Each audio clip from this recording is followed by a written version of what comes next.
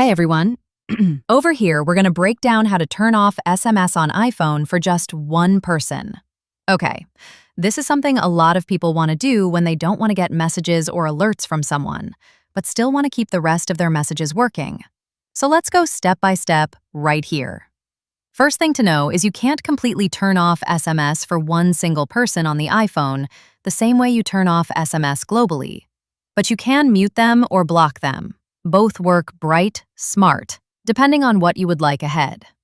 All right, let's start with option 1, hide alerts. This is perfect if you still want to receive their messages but don't want to hear sounds, vibrations, or get pop-ups. Method A is from the messages list. What you're going to want to do is open the Messages app. Swipe left on the conversation with the person you want to silence. Tap the purple bell icon. That enables hide alerts.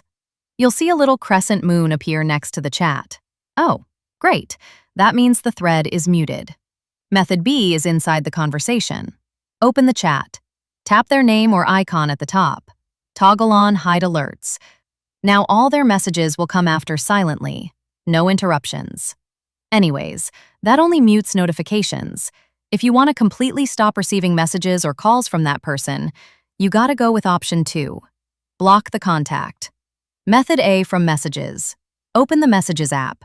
Tap the conversation of the person you want to block. Tap their name or icon at the top. Tap Info.